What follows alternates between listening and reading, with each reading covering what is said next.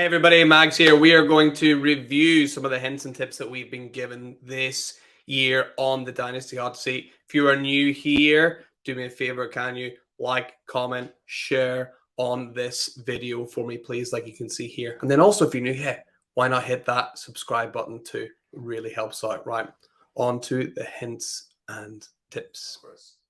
So the first thing I have is really after the season is ended, after the NFL season is ended, and going through and assessing all your rosters, whether you play in one dynasty league, whether you play in 50 dynasty leagues, go through team by team, take each league in its own sort of bubble, and label each of your players a buy, a sell, or a hold, just to kind of give you an idea of where you think this team is. You can figure out your strengths, your weaknesses.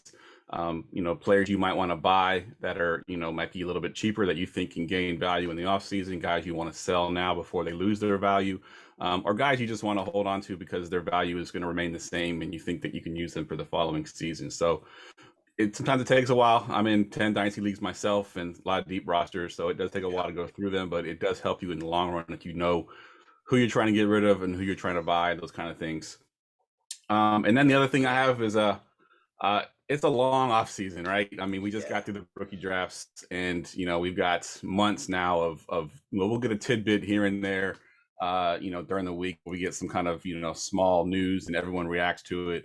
But my advice really is don't force any trades. I know sometimes we get bored. It's the middle of July. You're trying to trade somebody. You've been trying to trade this guy forever. And you end up sort of shortcutting yourself and taking a deal that you probably shouldn't have just because you really want your guy and you're bored and you want things to happen. But really, you want to try to get full value for your players. If you have to wait until just before the season starts, if there's a guy selling somebody and he's just bullish on selling him, I think as the season gets closer and closer, he's going to kind of come off that a little bit.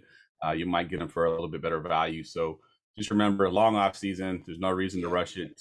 Take your time trading here. You're not trying to win this week. It's not time for the season quite yet. So take your time and just kind of go through it like that.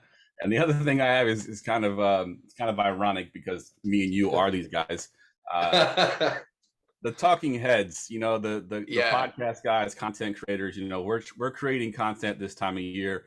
And we're digging into everything. We're digging into those deep guys. We're trying to find different players that we can talk about on our podcast, in our articles. Sometimes you're going to hear a guy that likes a certain guy, or you're going to hear a guy that doesn't like a certain guy. You're going to hear basically every angle you could possibly hear. We're going to talk about every single guy in the off season, but go with what you feel. If you like a player and you think he's going to be the next whatever, the next Jonathan Taylor, whatever it may be.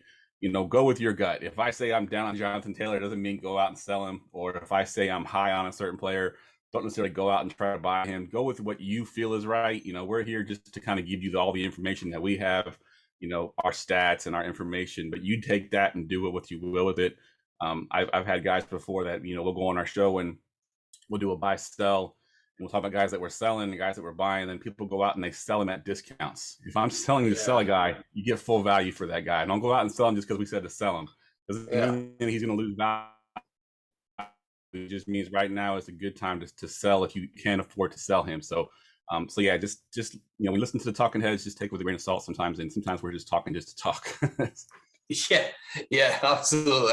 I think your tip number one and your tip number three actually, I think, blend in really well together there. Like, you have to assess your roster first before you can take any advice from anyone, because you can't apply the same rules and the same philosophies to every single team because every team is so different. So if you do that first bit and really have a good overall, a holistic view of what your team is like, then maybe you can start bringing in some advice from other people. Like, if you are not contending, you should probably sell this running back. But if you're a good contender, you're going to want to keep them. And I think it's really important to have a good understanding of where you're at before you start listening to other people and taking too much on board from just one comment from one guy. So I think those are three really, really solid tips for everyone listening, no matter how experienced they are. So thank you so much for watching today's video. Remember, like this video, leave a comment if you want, and subscribe to the channel. These videos are going to be coming thick and fast, so you don't want to miss anything. So that's it for today. In the meantime, keep yourselves, keep your teams lit. We'll see you next time.